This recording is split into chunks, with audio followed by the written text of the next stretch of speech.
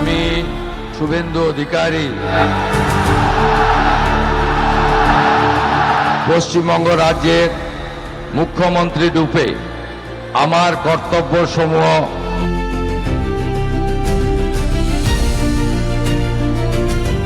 भारत की राजनीति में एक दौर वो था जब भारतीय जनता पार्टी को केवल कैडर बेस्ड पार्टी माना जाता था, जहां नेतृत्व की सीढ़ी चढ़ने के लिए दशकों तक दरी बिछाना और संघ की शाखाओं से तप कर निकलना अनिवार्य शर्त थी। लेकिन साल 2014 के बाद गृह मंत्री अमित शाह और नरेंद्र मोदी की जोड़ी ने बीजेपी के राजनीतिक व्याकरण को पूरी तरह से बदल दिया। पार्टी सिर्फ अपने पुराने नेताओं पर निर्भर नहीं, बल्कि दूसरे दलों से आए मजबूत और प्रभावशाली चेहरों को बड़ी जिम्मेदारियां दे रही है।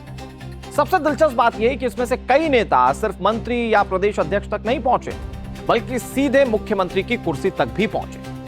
वैसे राजनीति के गलियारों में अक्सर पैराशूट लैंडिंग को हिराकत की नजर से देखा जाता है। पुराने कार्यकर्ताओं में एक बेचैनी सी होती है कि दशकों तक खून पसीना हमने बहाया, लेकिन उन्हें छोड़कर कल आए किसी नेता को ताज क्यों सौंप दिया गया। लेकिन बीजेपी ने इस रिस्क को रिवॉर्ड में तब्दील किया है। हिमंता बिश्व शर्मा से लेकर शुभेंदु अधिकारी और सम्राट चौधरी से लेकर कई सारे नाम, जिन्होंने न केवल अपनी पुरानी पार्टी को कमजोर किया, बल्कि भारतीय जनता पार्टी को उन राज्यों में अजेय बना दिया जहां कभी भगवा झंडा ढूंढने पर भी नहीं मिला करता था। पश्चिम बंगाल की सियासत में शुभेंदु अधिकारी का नाम कभी ममता बनर्जी के सबसे भरोसेमंद नेताओं के रूप में लिया जाता था। नंदीग्राम आंदोलन से लेकर ग्रामीण बंगाल में टीएमसी का संगठन मजबूत करने तक शुभेंदु अधिकारी की भूमिका बहुत बड़ी रही। लेकिन साल 2020 में उन्होंने भारतीय जनता पार्टी का दामन थामा। इसके बाद बंगाल की सियासत की पूरी दिशा बदल गई। 2021 में उन्होंने नंदीग्राम सीट पर खुद ममता बनर्जी को हराकर राष्ट्रीय स्तर पर एक बहुत बड़ा संदेश दिया।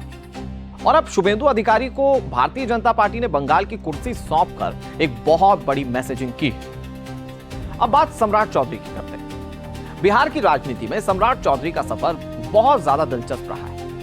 वो पहले राष्ट्रीय जनता दल यानी कि आरजेडी में हुआ करते थे, यानी कि लालू यादव के साथ हुआ करते थे। बाद में 2014 में जेडीयू में गए और फिर साल 2017 में वो भारतीय जनता पार्टी के साथ जुड़ गए। बीजेपी ने बहुत तेजी से उन्हें संगठन में आगे बढ़ाया। उनकी ओबीसी राजनीति पर पकड़, आक्रामक राजनीतिक शैली ने पार्टी को बिहार में नया सामाजिक संतुलन बनाने में मदद की। और यही वजह रही कि बीजेपी ने उन्हें बिहार की राजनीति में तेजी से प्रमोट करना शुरू कर दिया। फिर आज की डेट है जब वो मुख्यमंत्री पद तक पहुंच गए। सम्राट चौधरी का उभार यह दिखाता है कि बीजेपी अब सिर्फ पुराने संघ बैकग्राउंड वाले नेताओं तक सीमित नहीं रहना चाहती। इनमें अगला नाम हिमंता बिश्व शर्मा का आता है।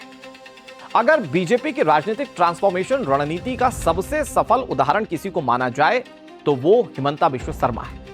एक समय असम कांग्रेस के सबसे प्रभावशाली नेताओं में गिने जाते थे हिमंता बिश्व शर्मा, जिन्होंने साल 2015 में भारतीय जनता पार्टी ज्वाइन की।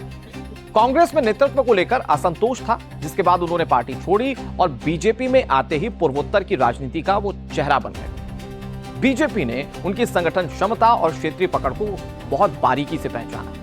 नतीजा ये कि असम में बीजेपी ने पहली बार मजबूत सरकार बनाई और बाद में हिमंता बिश्व शर्मा खुद मुख्यमंत्री भी बने। आज हिमंता सिर्फ असम तक सीमित नहीं है, बल्कि पूर्वोत्तर में बीजेपी की पूरी रणनीति के मुख्य चेहरे के रूप में वो गिने जाते हैं।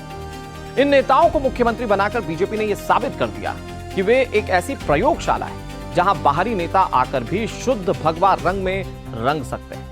अगर उनमें काबिलियत है, क्षमता है, तो वो सत्ता के शीर्ष तक भी पहुंच सकते हैं। मौजूदा राजनीति में विचारधारा के साथ साथ मैनेजमेंट और इंपैक्ट का भी बड़ा रोल है और बीजेपी इसमें बाजी मारती दिखती है।